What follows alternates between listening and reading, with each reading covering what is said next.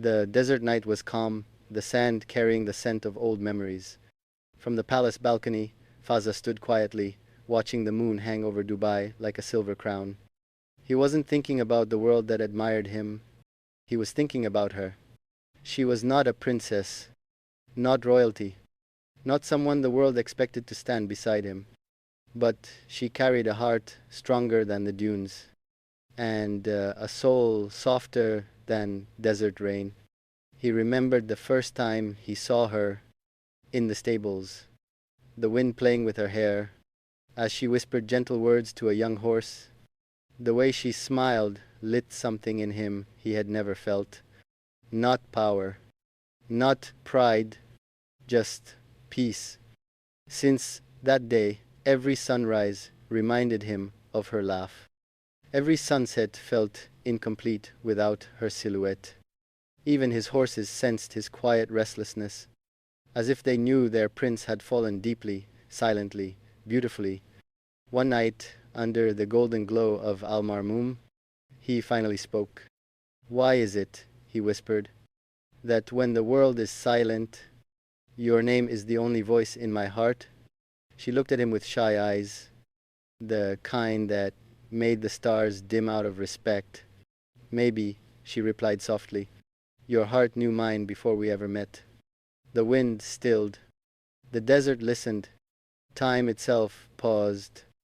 In that moment, Fazza realized love was not in grand gestures, royal halls, or whispered rumors. It was here, in simple presence, shared breath, unspoken connection. He took her hand, feeling how perfectly it fit in his. "From today," he promised, "you are the poem my soul will write for the rest of my life." And the desert moon, glowing above them, became witness to a love that didn't need approval, didn't seek fame, it didn't follow rules, only hearts. Love whispered gently, beautifully. Days passed, but the moment beneath the desert moon stayed alive in his heart, like a flame that refused to fade. Fazza found himself drawn to her presence, the way dawn is drawn to the horizon. He began riding out earlier than usual, not because the horses needed him, but because his heart did. Whenever she walked into the stables, the world seemed to become softer. The horses quieted, the wind gentled, as if everything around her understood.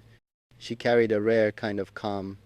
He liked watching her work, the way her hands moved with care, as though she believed every living creature deserved gentleness. It was a kind of kindness he rarely saw in the world he belonged to. One morning, he found her brushing his favorite horse, Layali. The horse stood perfectly still, eyes half closed in peace. Even the animal had surrendered to her aura. "You have magic in your hands," Fazza said quietly. She looked up, startled but smiling. "It's not magic," she whispered. "You just have to listen to what the heart doesn't say out loud." Her answer struck something deep inside him, a truth he had never spoken, but had always felt. For the first time in his life, Fazza felt seen not as a prince, not as a public figure, but as a human being with emotions that didn't fit into royal walls. They began talking more, slow conversations that stretched like shadows at sunset. He told her about the desert, the way the dunes spoke to him. She told him about her dreams, dreams she never thought someone like him would want to hear.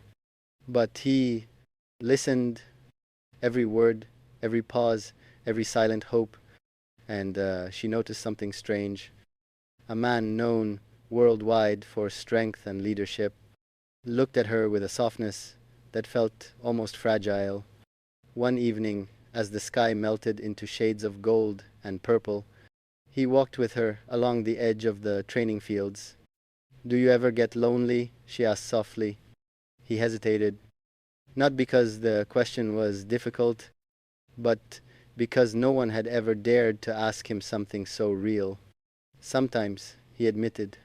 "People see a prince, but they don't see the person beneath the crown. She looked at him, her eyes full of understanding. You don't have to wear a crown with me, she said. Here you can just be. That was the moment everything changed. Not from a grand confession, not from a dramatic gesture, but from a simple truth. She offered him a safe place, a home for his heart.